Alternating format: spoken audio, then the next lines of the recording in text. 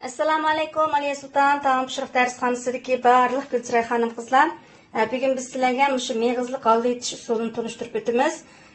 Chunki shu halva yoz kunlari iste'mol qilishga mos keladi. Qish kunlari iste'mol qilmaymiz, chunki qishda issiq tabiiy issiq taomlarni ko'p yeymiz. Masalan, shu qo'rib yegan tomoqlar ko'proq salmoqni egallaydi, havo sovuq bo'lganligi uchun.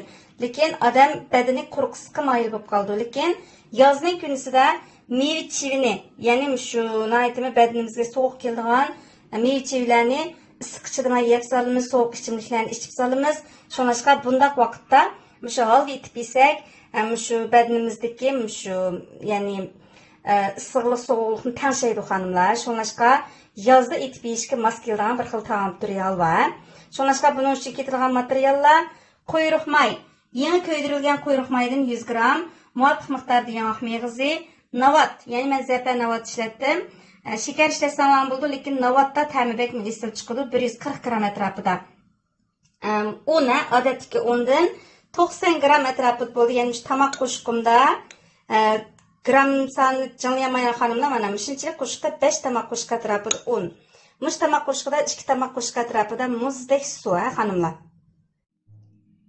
Ondan başka hanımlar biz çaynikimizge navatim kızlığa çay demlep alımız kıynak halatda. Şu demlegen çayimizni endi navatlan üstüge kuyup, navatimizni eritimiz kızlar. Navatni eritishimiz gerek.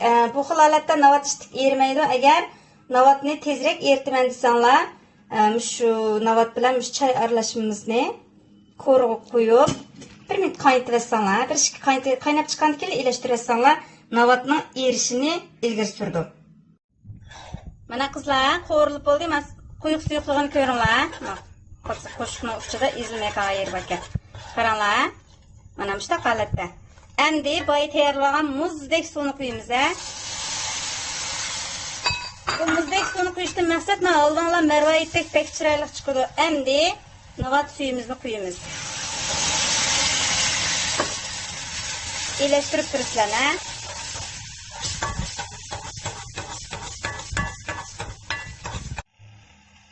Kalan navat suyumuzni quyamiz qizlar.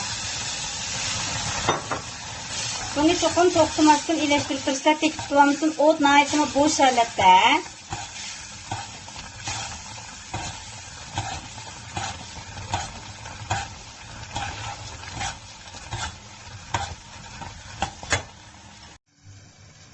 Hanım kızlar, mağlumuzun yığışında bir xil şekilde qaynatıda kızlar. Mana qaranglar.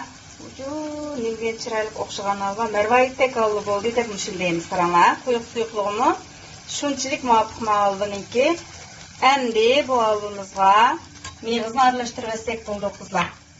Meg'izni to'liq bir qur aralashtiramiz. Meg'izni yaxshi ko'rsanglar, samasanlar bo'ldi juma. Meg'izini yig'ig'i bir qonsin. Meg'izni az ko'rsanlar, yana sevsanlar bo'ladi. Pek isil halva bo'ldi bu qizlar.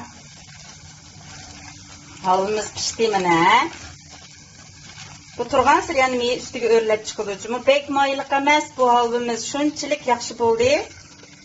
Menimcha tatliq darajasimi bo'ldi. Buningdan tatliq bo'lib kelsa, ko'ngillarga tegadi qizlar. Agar buni tatliq deb his qilsanglar, navatning miqdorini azaytsanlar bo'ladi.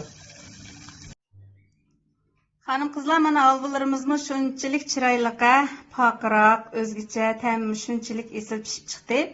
Oilada cho'qim bir sinab bekishinglarni umid qilaman. Men boy so'zlagan muhim nuqtalarga diqqat qilishinglarni umid qilaman qizlar.